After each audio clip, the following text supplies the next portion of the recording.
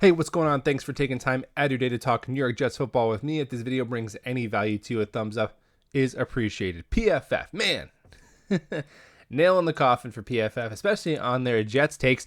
I unsubscribed from them, but our guy Joe blew it, putting them on my Twitter feed. Come on, Joe. And he was mocking their most recent graphic they sent out where they were ranking NFL offensive lines, and they showed which offensive lines had improved and which offensive lines had regressed from 2021 heading into 2022.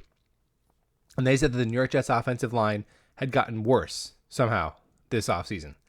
All right. Well, that's a trash take. We know that. But hey, gives us a good talking point. Let's talk about this New York Jets offensive line. How improved are they?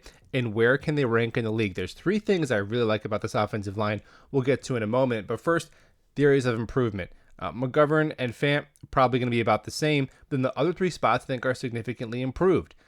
Laken Tomlinson replacing a combination of GVR and LDT is as big of an improvement as you can make.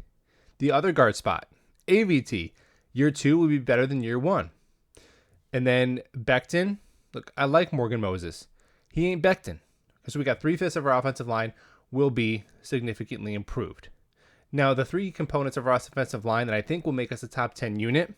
Number 1, I like the age bracket. We're not depending on anyone over 30. Or any rookies. All guys just about to enter or just leaving their prime. Number 2, there's no weak link. Do we have a Quentin Nelson or a Trent Williams? No, not yet. Becton or AVT could become one of those guys, but as it stands, no, we don't have an all-pro caliber offensive lineman, but we don't have a turnstile. Connor McGovern is probably the least talented offensive lineman we have, and he's an average to slightly above average center. So it's a weird way to think about it, but if you lined up all of the worst offensive linemen on all 32 teams, Connor McGovern might be the best out of the 32 worst offensive linemen. As an offensive line, you're almost only as strong as your weakest link. So I like the balance there.